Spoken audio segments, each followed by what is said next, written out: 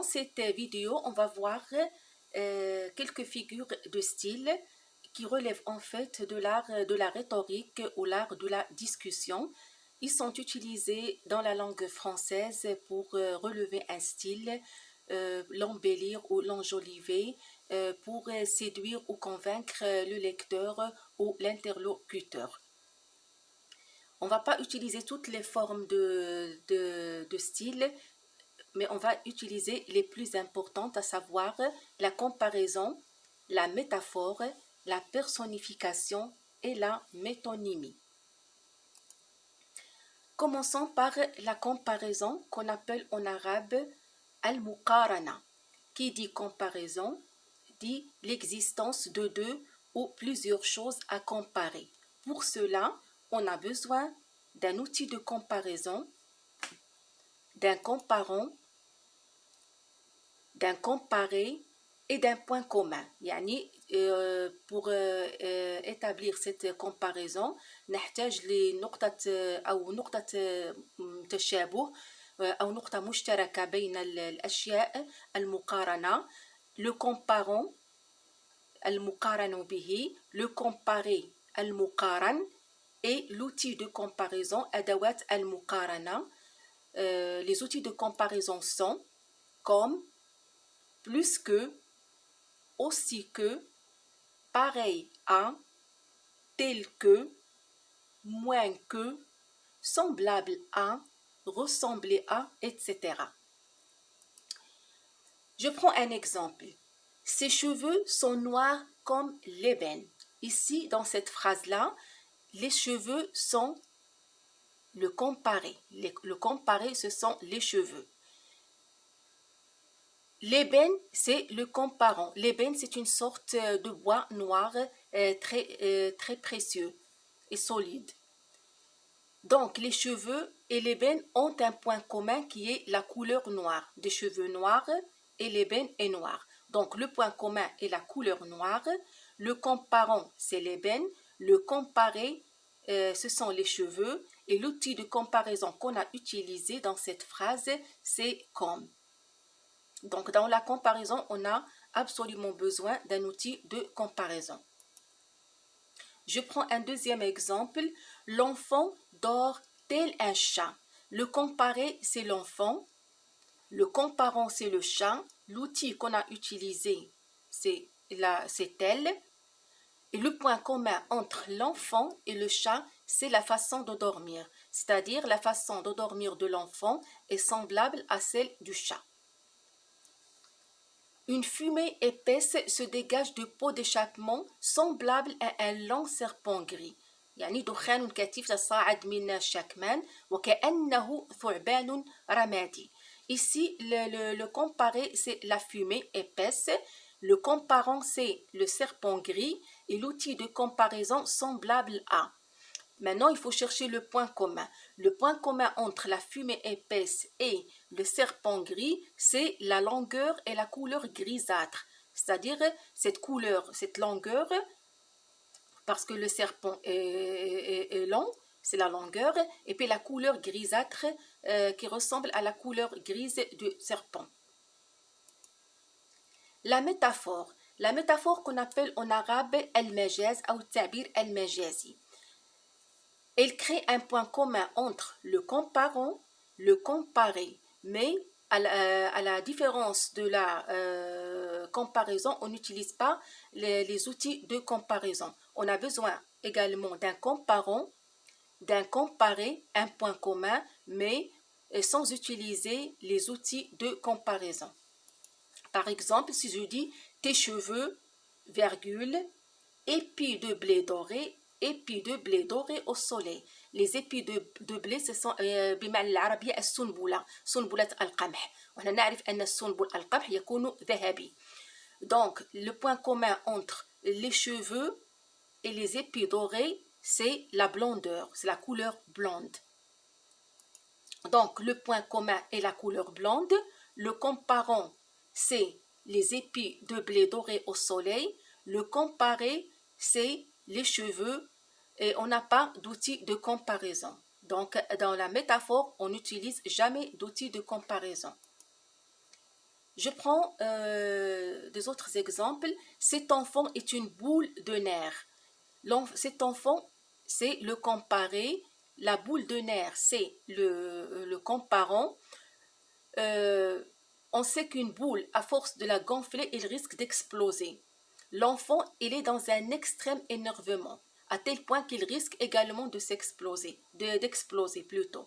Donc, donc, le point commun entre l'enfant et la boule de nerfs, c'est l'explosion, c'est l'extrême énervement. Il est tellement énervé qu'il risque d'exploser. Il me fixait avec un regard d'acier. Donc le comparé ici, c'est il. Le comparant, c'est le regard d'acier. L'acier هو الفولاذ ونعرف أن الفولاذ صلب. يعني ici, on veut dire que il le fixe d'un regard intense. C'est l'intensité du regard. حدة النظرة. نظرة حادة وشديدة. Donc, le point commun entre le comparé et le comparant, c'est l'intensité du regard. Ce défenseur est un rempart infranchissable. Le défenseur, al-mudafi', est comparé dans cette phrase-là de métaphore à un rempart infranchissable. Un rempart, c'est un mur qu'on ne peut pas franchir. C'est-à-dire, صعب الاختراق. On a comparé al-mudafi' كأنه حائط يصعب اختراقه.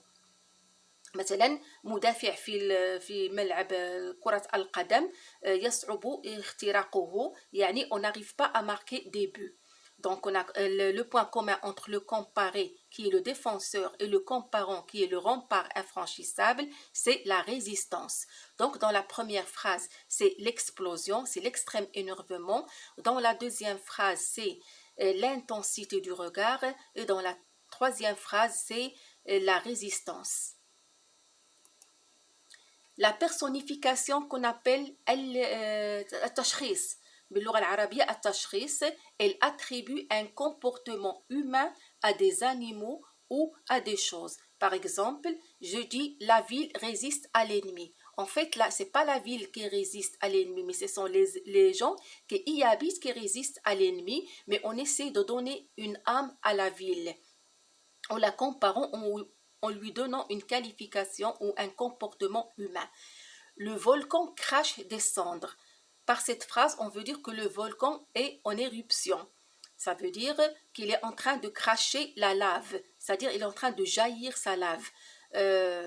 Ici, le crachat, c'est une caractéristique de l'être humain, mais qu'on a attribué également au volcan. Un autre exemple, la maison ne s'est pas réveillée ce matin, mais en fait, ce n'est pas la maison qui ne s'est pas réveillée, mais ce sont les gens qui y habitent qui ne se sont pas réveillés. Mais pour donner une âme ou une caractéristique humaine à la maison, on a utilisé ce style-là.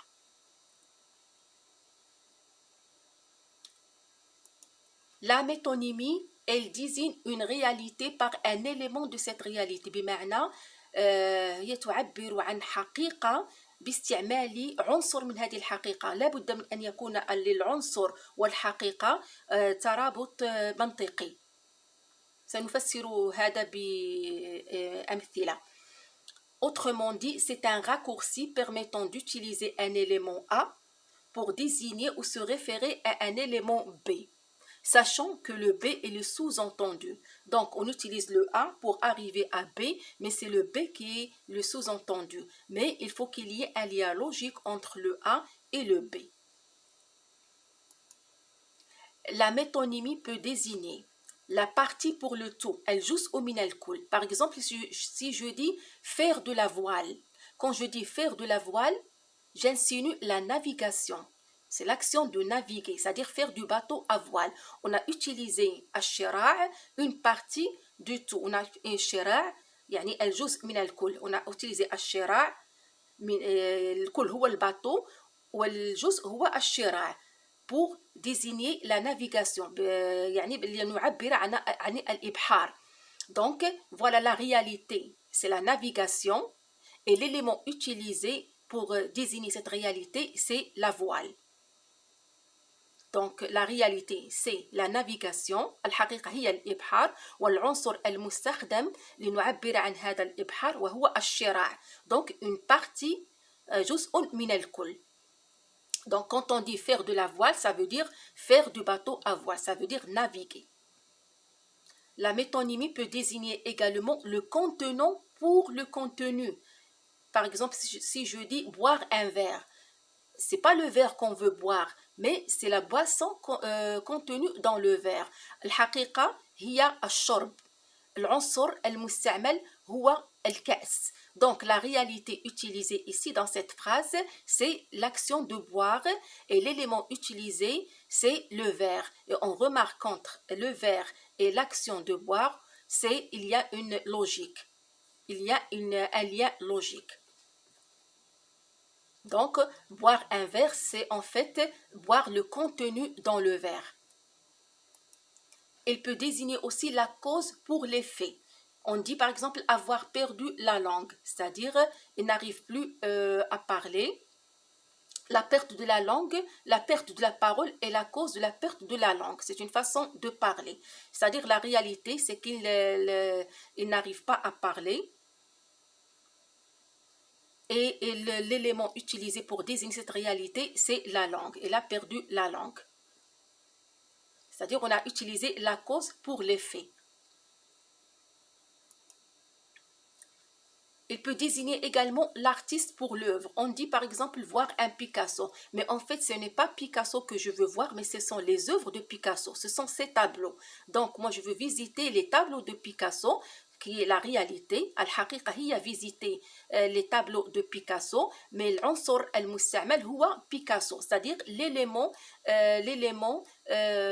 utilisé pour cette réalité, c'est Picasso. Et on voit que entre Picasso et les tableaux de Picasso, il faut qu'il y ait un lien logique. Donc, si ma vidéo vous a été utile, je vous invite à joindre ma chaîne et je vous dis à bientôt.